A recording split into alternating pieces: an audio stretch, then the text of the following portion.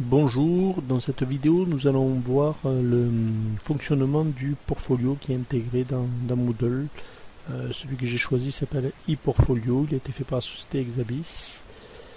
Donc c'est un bloc qu'on peut rajouter sur la page d'accueil, que l'on peut déplacer évidemment si on le souhaite.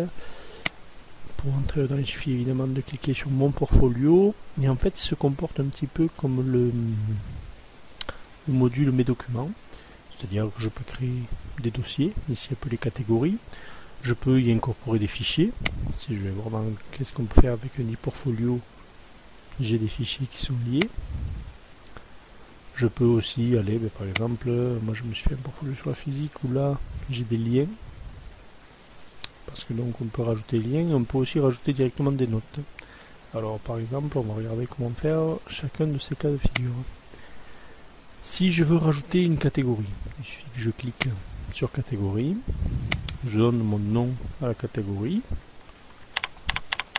je pourrais déjà importer des fichiers dedans, je peux dire que c'est une catégorie qui est partagée ou pas, et on verra la notion de partage tout à l'heure sur le portfolio, et après il me reste plus qu'à faire enregistrer.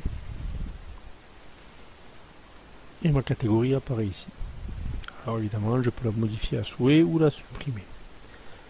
Si je rentre dans cette catégorie, je peux rajouter un lien. Et un lien va être demandé un titre, évidemment le lien lui-même. Et là, il suffira que j'aille sur un site X ou Y. Par exemple,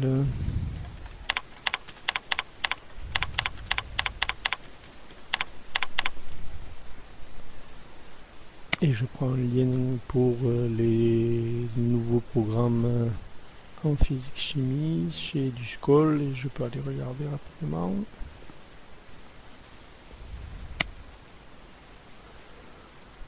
Et je peux prendre donc ce lien, le copier, venir ici, le coller.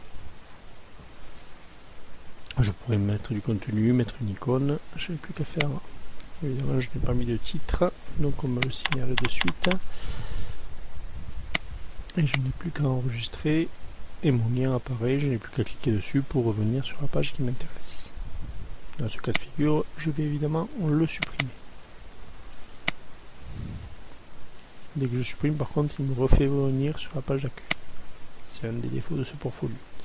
Si je veux rajouter un fichier, le principe est le même. Si je veux rajouter une note, vu que le principe est légèrement différent,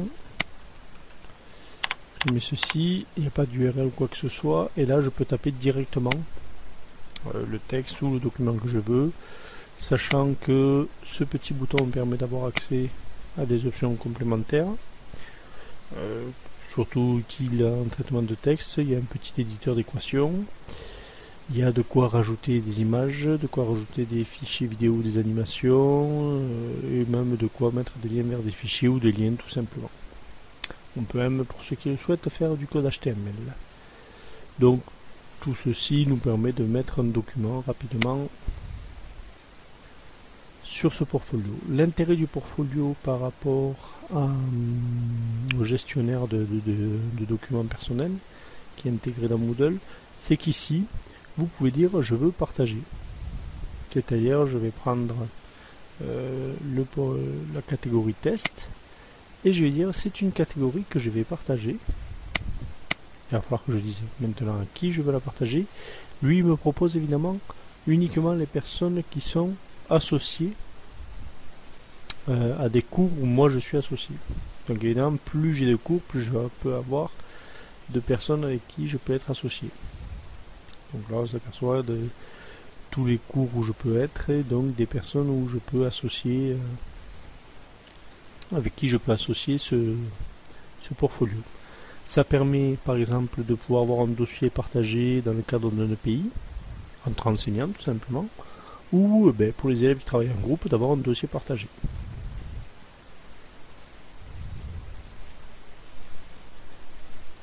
Donc évidemment là je vais annuler.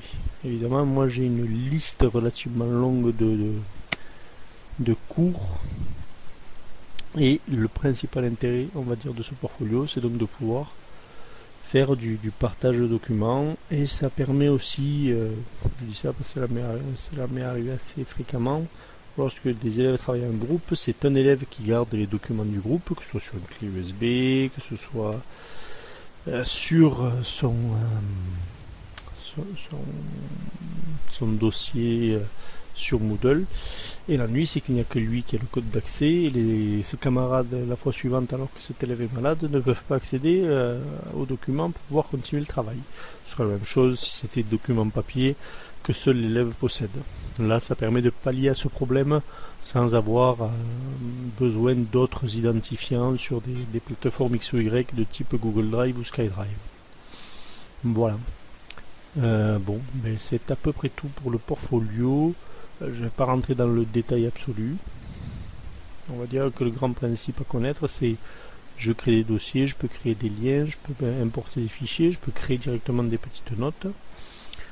Et je peux évidemment directement partager toute une catégorie. Voilà.